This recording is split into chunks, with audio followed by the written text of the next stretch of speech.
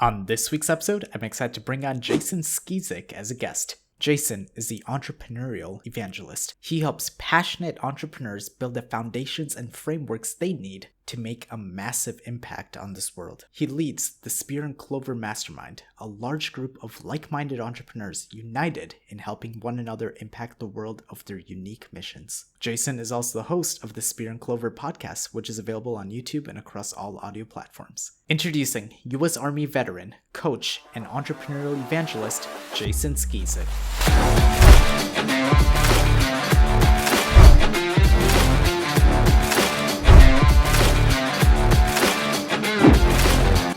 Welcome to the VJ Kyla Show, everyone. On today's episode, I'm excited to have Jason Skeesick join us. Jason, welcome to the show. Oh, thank you so much, VJ. I'm excited to be here, and thank you so much for sharing your audience.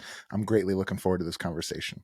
Hey, you know what? I am too. The audience loves entrepreneurship, and that's pretty much all you're about. And so I'm really excited for this conversation. So how about we just get started and you tell us about how you got into entrepreneurship, right? Growing up, everyone tells you that you should get a job and go the corporate route. And I think you did, but you ended up being an entrepreneur. So tell us about that journey. Yeah, it's funny because one little note, only because you said that, is I was removed from regular school when I was in first grade and put into like a behavior disorder program, but a really good one that was very much like a Montessori type program. And so I was learning at my own pace, even from a very young age. And looking back on it, I actually think that's one of the reasons why I felt less confined by like that traditional industrial revolution style of education.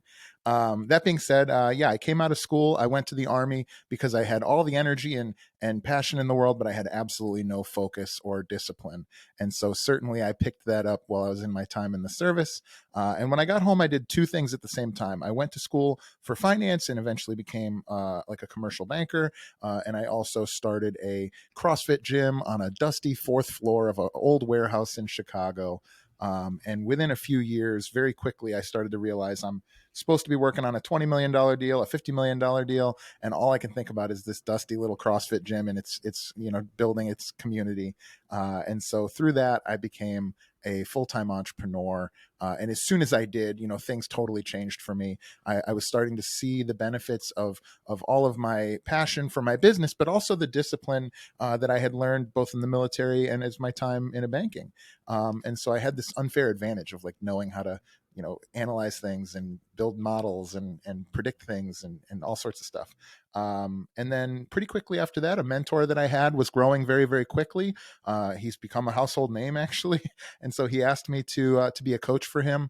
And so I did that. And the very first time I was on a call with other entrepreneurs, I just knew that I would want to do it forever. And so I've shifted focus from helping folks in the fitness world to now helping other entrepreneurs build the businesses of their dreams and really try and get out there and impact the world with their missions. That is incredible. So working in corporate banking and the only thing you can think about is CrossFit gyms. Yeah. So this transition period is, I find, extremely intriguing and I think important for a lot of people, because I think the biggest stepping stone is that leaving your job to become a full-time entrepreneur. Could you talk a little bit about that process? Yeah. So I was very lucky, and this has happened a few times, believe it or not. At the time I was in college, I was going rock climbing a lot. And one time I was on a trip coming home from Kentucky where we'd been rock climbing. And my best friend calls me up and he's like, "Hey, man, I've been looking at CrossFit gyms and they're all like $220 a month.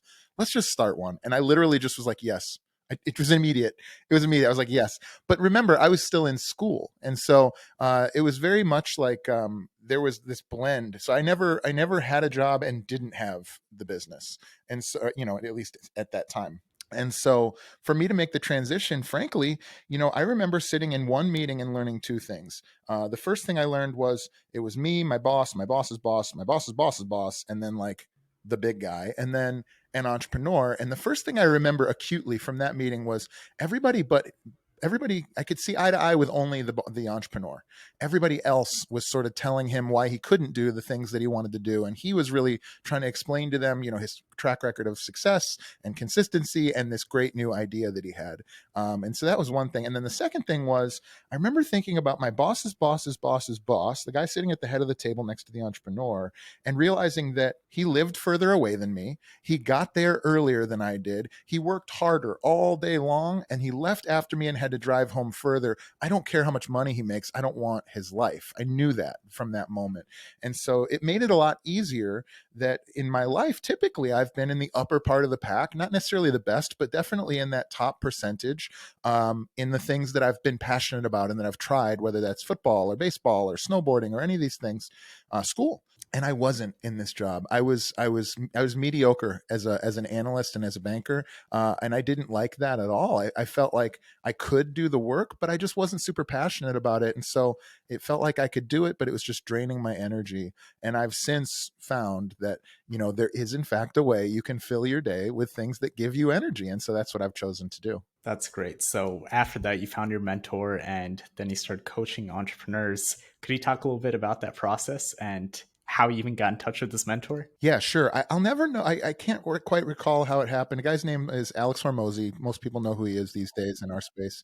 And I was probably his like sixth or seventh client. And I don't remember why I said yes. I think Alex could tell you because he's probably one of the best salespeople that walks the earth right now. But I had said no 100 times to people very similar, and we were making no money. We were, I think at the time we had 93 members, and I think we were about a $9,000 a month business. And I signed up for a $12,000 program, having no way to pay it other than to actually use it to succeed and pay it off $1,000 a week. That was the deal. If you paid it off $1,000 a week, it was $10,000. And if you didn't, it was $12,000. And man, we paid that thing off in like 8.5 weeks. It was crazy. And so not only was it a combination of like, here was this guy who is, as you know, like the real deal, teaching us very useful things. But more importantly, I had real skin in the game. I had burned the boats. There was nowhere that I could go and nobody was coming to save me. I had actually recently before that bought out my other two partners to become the entrepreneur and the owner with money that we did not have. I bought them out on an agreement basically. I think part of being a really good entrepreneur, being successful as an entrepreneur, it's very difficult to do it with a safety net. It's very difficult to do it if you have a way out.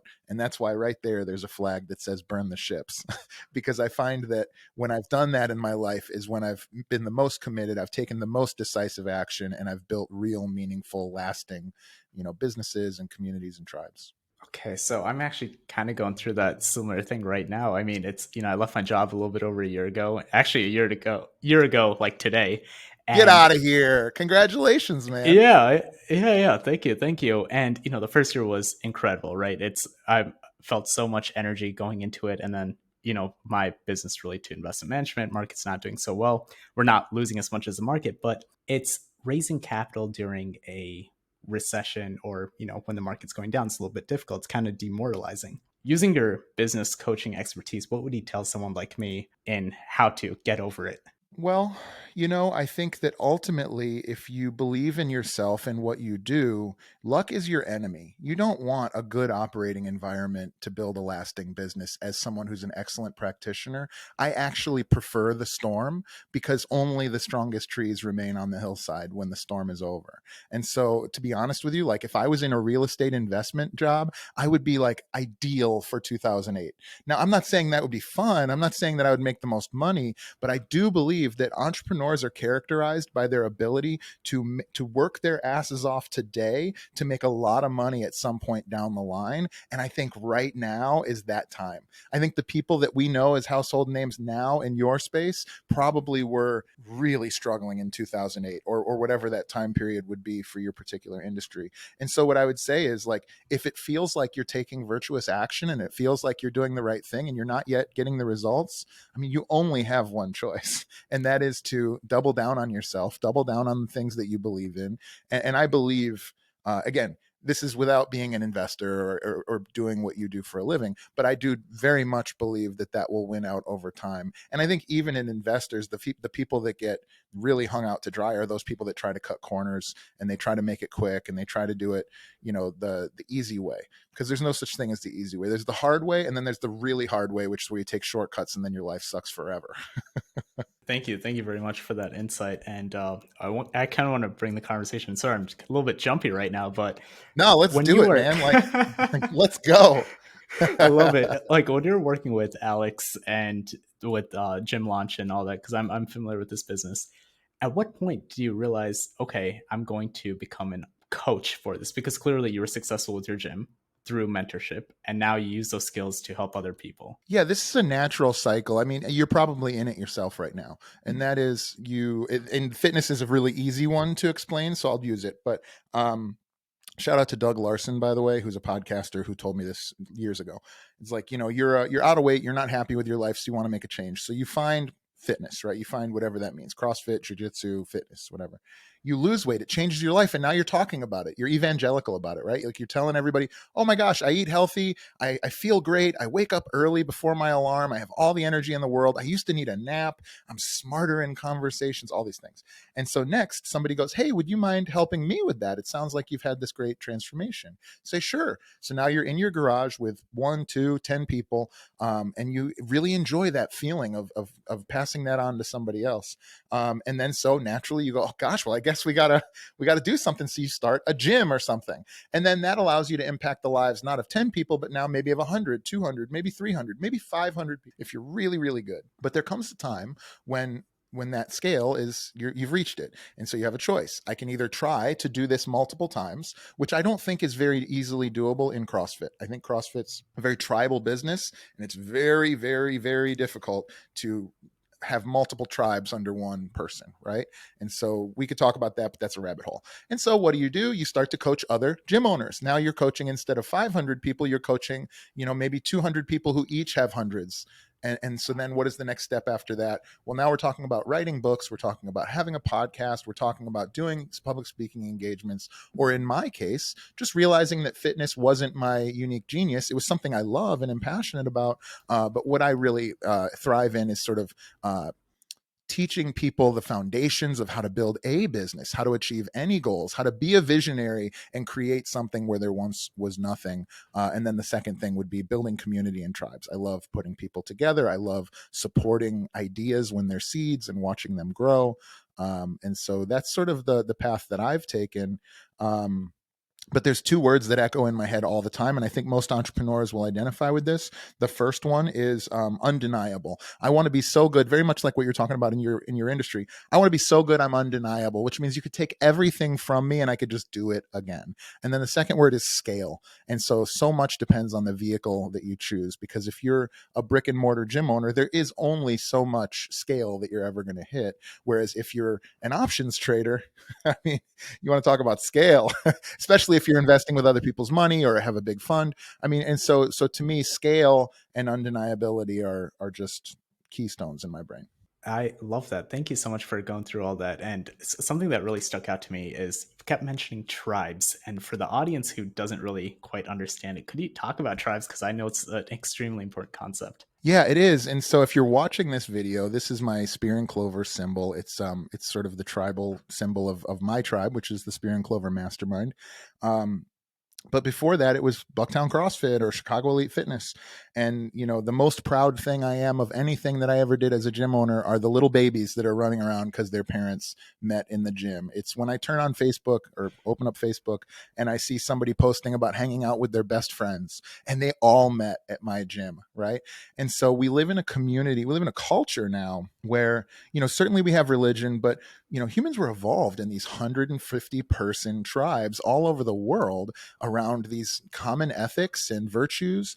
And I think our culture has sort of, in one way or another, whether on purpose or not, has sort of drifted away from this idea of connection with others on these common ethics and shared ideas. And so that's something to me that's incredibly powerful. And I know that I'm capable of bringing folks together for that, because I enjoy doing it. I've done it multiple times. And I know that, when you're a young man or a young woman in the city of Chicago and you just moved there for some marketing job, it can feel like you're alone. But when you find that gym where everybody's inviting you out, and the cool thing to do is the virtuous thing to do. So we're going out to the bar and everybody's drinking water in between their drinks or whatever, or, they're drinking seltzers instead of, heavy drinks or whatever.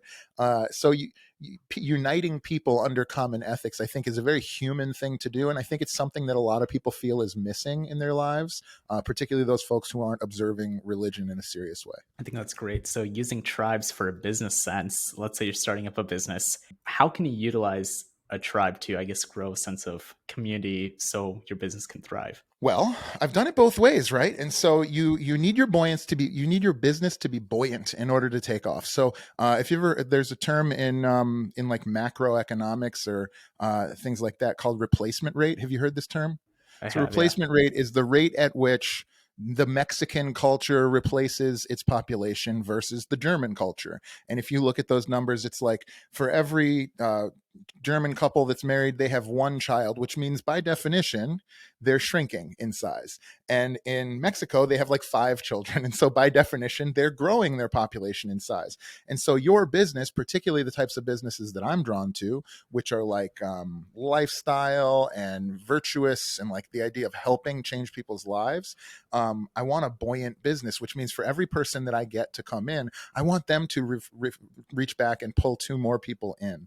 And so because of that, when I build the business, whether for me, for my teammates, for what the offering is, I want to make sure it's way more carrot than stick, right? For the employees and for those folks coming in. And so I try to make it as easy as possible to be a part of that tribe, and then even easier to reach back and pull other folks up. And so what you're really trying to do, I think sometimes young entrepreneurs think their job is to maximize the amount of money they can charge for a thing.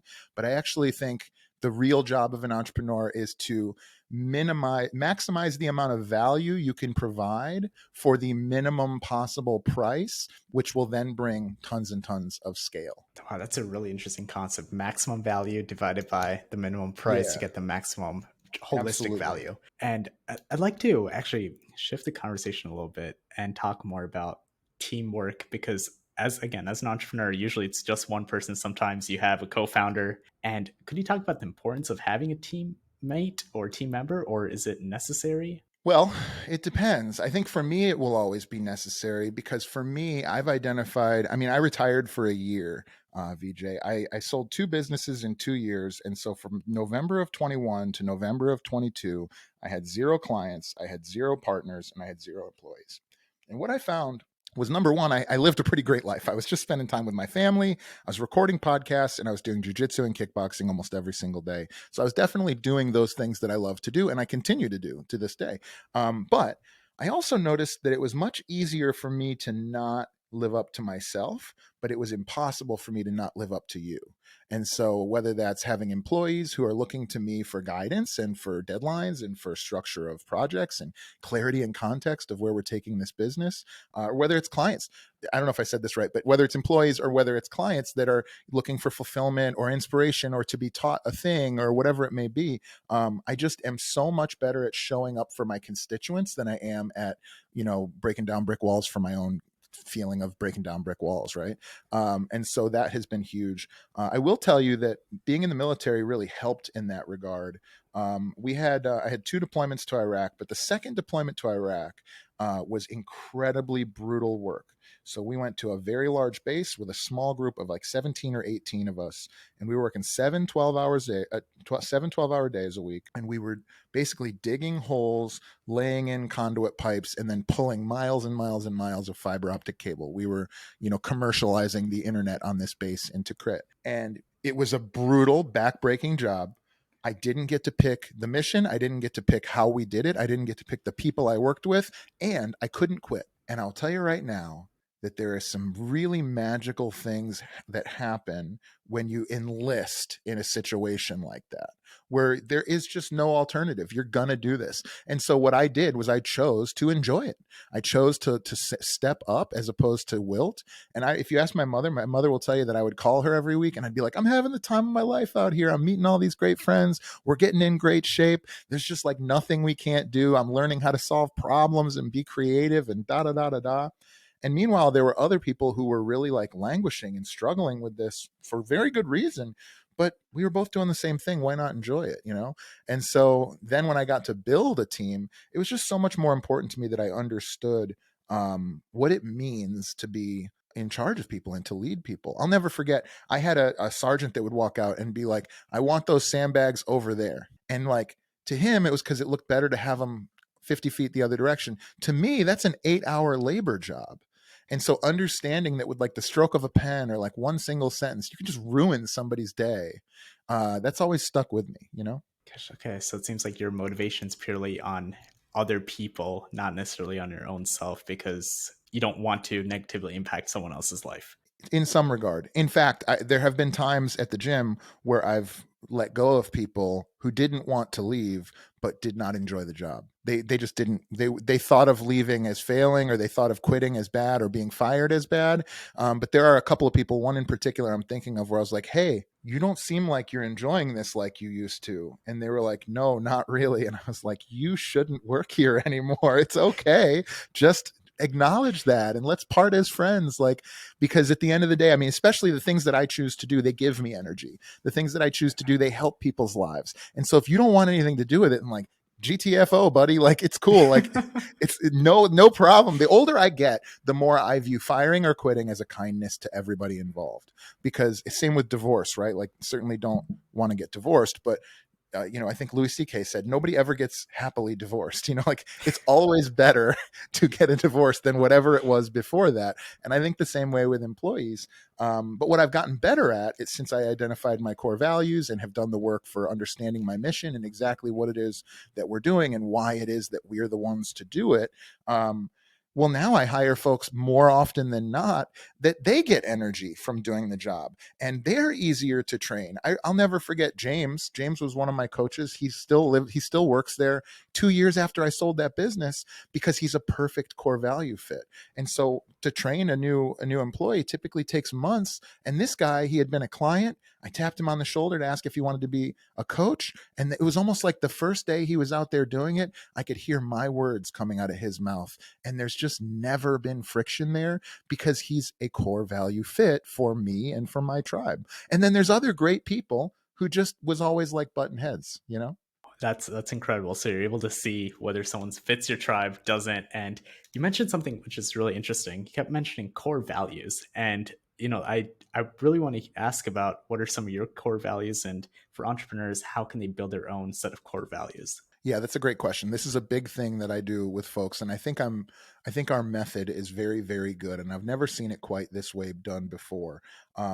Certainly, there's many different places to hear about core values, but basically, whenever I talk to an entrepreneur, one of the first things I ask them is, do you know your core values? Do you know your mission? And they say, I sure do. We did it the first day we filed for our LLC. And I go, great. What are they? And they go, oh, I don't know. I'll have to go pull them out of a desk drawer that I slid it into the desk the day that I filed it. And so do you use it in conversation? No, I don't really remember what it was. I think we borrowed from like McDonald's, and then we took one from IBM, and we took one from Apple. These are simply not your core values. Your core values exist whether you choose to identify them or not. Your core values are the embers that burn inside of you. They are who you are, whether you choose to acknowledge it or not. And so the way to identify your core values is to first start by writing down a list of all of the things that make you you. Are you messy, or are you super clean? Are you motivated to go win, or are you motivated to go help people? Just all sorts of things. Any words and phrases you can think of, just blab them all down, 50 or more on a piece of paper. Then and this takes time. You have to give it weeks. I usually do one step per week. Then I take it to my wife or my significant other. Then I take it to maybe my business partner or my mom. And I ask them the same question, and I try not to color their answers, but I just take note. I'm going to see a lot of crossover where they're saying the same things as me, but I'm going to get a few things where they're not. The second step is I let a week go by. I kind of keep it in the back of my mind. Maybe I go for a walk. Or maybe I come to a cohort meeting in the workshops that I do with folks. And then I start to separate these items into like items. And I'll give you an example. So 2 of my core values describe me as a person. And one of them is spirit of the puppy, and the other is military mindset. Spoiler alert, that's military mindset, and that's spirit of the puppy. And so those 2 things are, spirit of the puppy is like high energy, super passionate about what I care about, always loves making new friends, seeking adventure. If you walk into the room and I'm in the back of the room, hey, how's it going? I'm coming up to give you a big old hug. For sure, I've always had that. The second is military mindset. That's like discipline. That's like stepping forward when there's an opportunity to take responsibility. That's never letting somebody down. That's always, doing the things you say you're going to do. These 2 things make me. And then there's 3 others that are also associated with that. But what I have now is I have this 5-sided puzzle piece. And to test it, if we want to test it before we apply it, I look backwards. I say, wow, James is military mindset. He's got a master's degree, and he's like the executive director of a not-for-profit, and he's a professor at DePaul University. And he shows up at 4:45 every time he needs to coach my 5 a.m. class. And he's spirit of the puppy. He's the most fun guy you're ever going to meet. He's through the roof, smiles on smiles, big hugs, love, love, love. So he's those 2 things, and he fits the other stuff as well. Oh, wow, this guy he's totally spirit of the puppy. He's a lot of fun to hang around. Doesn't clean up after himself, doesn't show up on time. You don't necessarily get the text back, or he doesn't let you know when he's sick for work or whatever. Not military mindset. And so I can hold up that puzzle piece to people and events and opportunities in the past, and I've yet to see a time where things didn't or did work out and it wasn't revealed by that puzzle piece. So now I can confidently wield that out into the future. And so when I meet somebody new, I can say, wow, seems like you're spirit of the puppy. We're going to be friends. And your military mindset, okay, maybe we could work together. And are you this? Are you this? Are you that? And if you are, now there's an opportunity. And if you're not, then let's just be friends, and that's fine too. Wow, I'm like lost for words. I think that's incredible how you're able to take such a complicated concept and simplify it into a very simple analogy right here. Here's a little piece. Do you fit this piece? Great. Now you can join our tribe. If not, we can still be friends, but just not work together at a professional level at this moment. Have you ever noticed people who initially did not fit that mold, but then came out later and realized, oh, I was wrong about them? It has to come from within. So I'm not hiring you and then finding out, but certainly I've known people. I'm one of those people, man. Like I said before, I was born with spirit of the puppy, but I didn't have military mindset until I went into the Army. It took something, whether it's a crazy, as I described earlier, it's known. The military is one of the most, it's like a crucible, right? It's just unyielding, and what passes through it either crumbles and dies, or it thrives, right? In the way that it's designed. And so because of that, I was able to acquire a core value. Okay. And so there is some element of that. However, no, I've never seen somebody not have it and then me make them have it. Sometimes I've known people over many years and I've watched them evolve. So I would say the younger you are, the more likely that can happen. I think this is a good time to talk about identity, right? I think when you're young, your identity is attributed to you. People tell you, oh, you're smart. Oh, you're beautiful. Oh, you're funny, or whatever. And so your identity is the amalgamation of what people threw at you that stuck. Okay. As a in your 20s or at some point in your young life, your identity starts to be external. You look to others and you go like, oh, I'm a little bit like him, and I'm sort of like her, but I don't do that, and I'm a little bit like them. And so this is where you hear things like you are the combination of the 5 people you spend the most time around. And this is fine. And I think this is where some people stop, and I think there is another level where instead of looking externally and instead of letting other people tell you who you are, now you start to look within yourself, and all of a sudden it becomes infinite and fractal, because there is just no limit to the exploration that you can do within yourself, because you have perfect information, right? And so for me to coach somebody else is very difficult. For me to coach myself, if I can learn how to be objective, is actually pretty beautiful and powerful.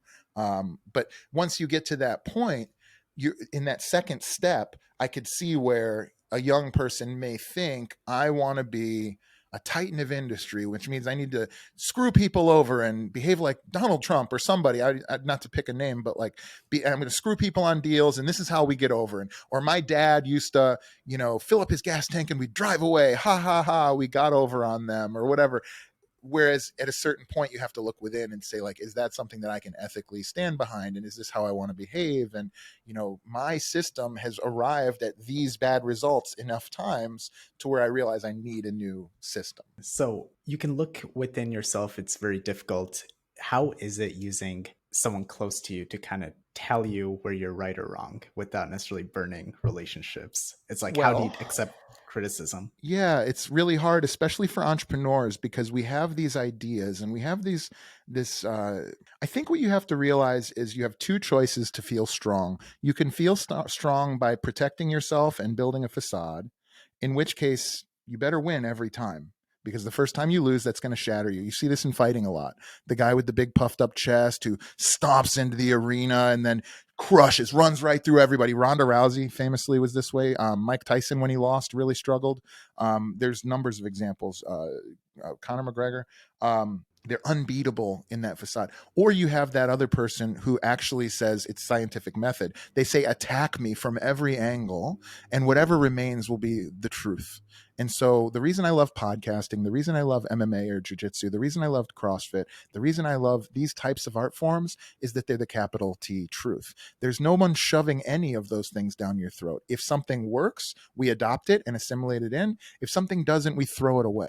The most successful people I know, Alex is one of them. I have another mentor who's wildly successful as well. And both of them are not married to their ideas. I've watched them with grace hear a better idea and immediately abandon their own and take on that thing. And so I'll remember it was about 3 years ago where I've always been good at arguing and I've always wanted to be right. And so what I found was I would try to win arguments. But as soon as I decided that I wanted to be correct, not win the argument, I found that I never lost an argument, because either I was right and we just proved it further with our discussion, or you were right and I'm standing right next to you shoulder to shoulder by the end of that conversation going, yeah, you're a freaking smart guy. Now I know this new thing that's smart. And so I'm not wrong anymore because I'm open to the idea that I'm incorrect. I guess that's super interesting. I know Mark Twain had a quote, at least from The Big Short. It's about the 2008 crisis, right at the beginning of the movie. It says, it's not what you don't know that gets you in trouble. It's what you know for sure that just ain't so. And that's true, that quote really sticks with it. It's like, how do you know for sure that this is the way to go? So really, really interesting points that you brought up there. I want to shift the conversation about a little bit to working with your spouse or significant other on a business. How do you separate, or is it something you should do, first of all? And if you do, what's the best way to go about it? Well, I would start by saying, like, you can be a perfectly good entrepreneur and not seek spiritual enlightenment at the same time. I've met tons. I've met people that own chains of gas stations, or they own record recording studios, or they build buildings, and they don't think about any of this shit. So, like, to be clear, if you're listening to this and I sound like I'm full of hugs or something, like, it's fine. You don't have to do my jam. But I will tell you right now that I was not a good leader, and I'm still probably not a great leader, but I wasn't a good leader until I hired my wife. And it was because what I realized, because we had her quit a job that had benefits. It was a good job. She'd been in that career type for 10 years. And I realized that my timeline with my marriage is infinite. I want to die married to my wife. Great. Okay, well, that means the timeline for this job needs to be infinite, which means I need to look at our careers on this incredibly long time horizon. And so if I do that, then all of these big hurdles that can happen today are really just pebbles in the road by comparison. And so I've always carried that with me. It was the reason I fell in love with my wife, Donna, was because all of a sudden the things that I wanted seemed so small in comparison to her being satisfied or happy. And so certainly she's not demanding that I don't do the things that I want. That's kind of a requirement too. But in comparison, her happiness just trumps mine. I'd rather be sick than her. You know what I mean?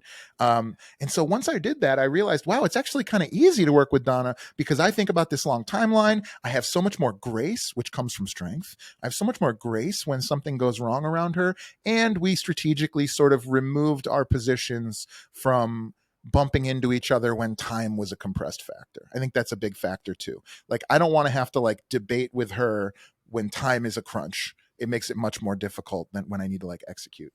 But this is all a long way of saying, VJ, that once I realized how well it worked with her, I was like, wait, why don't I treat everybody like that? Why would I treat my admin like it's not on an infinite timeline? And why would I punish my admin for some short-term struggle that seems big in the moment but has absolutely no bearing on our long-term success? Another thing that I took from my mentor, Martin, shout out to Martin Ralsmian, is I worked for that guy for 2 years while I was owning the gym, in like a part-time capacity. And I've been in so many rooms where other people screwed things up, or he was smarter than them at certain things. And I've never heard him get angry. I've never heard him raise his voice. I've never heard him mistreat anybody. And this is like one of the most successful people that I've ever met. And so it's just one of those things where it's like, if that guy can do it, why am I not doing it? It's really, really powerful. It's like treat everyone with dignity, grace, and it's so interesting, right? It's like we're so close-minded about what's happening right now in the present. We don't zoom out, look at the bigger picture, and I think you hit that point beautifully. Thank you so much. And not just that, I want to just tag what you just said, though. I'm sorry, I didn't mean to cut you off, but I want to just tag what you said. This is what they tell you when you're 4. They tell you this your whole life, and we just, for some reason, because we think we know better, are like, oh, I don't need to treat everybody with kindness and love and respect. And it's like, yeah, you do, man. And actually, you do need to tell the truth if you want to be wildly successful. And yeah, if you want people to remember you after you're gone, then there can't be some string of waitresses that you screwed over, your whole life or whatever. It's just funny that, it really is like in children's books, the way that you should behave and become a successful human being. That's exactly it. Well, Jason, I do want to start the wrap up process, but before that, I do want to hear what's a piece of advice you have for entrepreneurs that are looking to leave their employer or someone who is just getting started in entrepreneurship. Well, if you're young, just do it now, and don't have a safety net because it doesn't help. If you have $100,000 in the bank and you go to start a business, you're just going to end up wasting half of that money until it starts to really feel real, at least in my experience and the experience of many folks that I know. If you're not so young, if you're not so young, then just have a great plan. I'd be happy to help anybody that wants to talk about building the foundations of their business and the frameworks to scale it. This is what I do for a living. I would always follow. This is more than one piece. Here's my one piece for everybody: the plus equal minus theory of mentorship. So plus, always have a mentor, somebody that's further down the path that is living a life that you want to live. Equals, always be in fellowship with somebody, with peers, masterminding, things like that, from your industry, but also from other industries, because you're going to learn a lot more from that direction. And then minus, always reach back behind you on the path and help other people, because knowing how to do a thing is knowledge. But when you start to mentor others, you need to look at it from a whole bunch of different angles in order to teach it effectively. And we call that wisdom. So if you want to get wisdom on a shorter timeline, mentor other people. I think that's a beautiful piece of advice. And that's exactly what I did. I started up a little mentorship group so people can learn how to invest in options and bounce ideas off each other. And I'm learning a ton because now I'm like, okay, how do I teach this concept? Oh, wait, I forgot about this one section. So I think it's a very valuable piece of advice. And lastly, or actually 2 more questions. What's your favorite book and what's it about? I have so many that I could say, but I'm going to say recently my favorite book was The Almanac of Naval Ravikant. And he is a huge tech investor. And it's sort of, I've heard it described as like a modern day Rich Dad, Poor Dad. I don't know if I would go that far, but it's just excellent. It's a combination of just absolute like modern and up-to-date advice for business, but also like this really beautiful kind of philosophy on how to live a virtuous life as a successful person. So just wildly love that book. Amazing. And lastly, Jason, thank you so much for this. Where can our audience get in touch with you? Well, for starters, if you're still listening, it's because you love VJ and what he's doing. So I would ask you first to like, share, and subscribe to this show, because he's putting a ton of hard work and effort into this, and check out his mastermind as well. If you still have energy, I would love any entrepreneurs to come test drive our Spear and Clover Mastermind. Our mastermind sessions for test drive are on the 1st and 3rd Fridays of the month, and you can get you can book a free test drive on the website, which is spearandclover.com. That's spearandclover.com. That is so kind of you. Thank you so much, Jason. I'll put all this in the show notes. And Jason, thank you so much for your time. Thank you, brother. It's been great talking to you.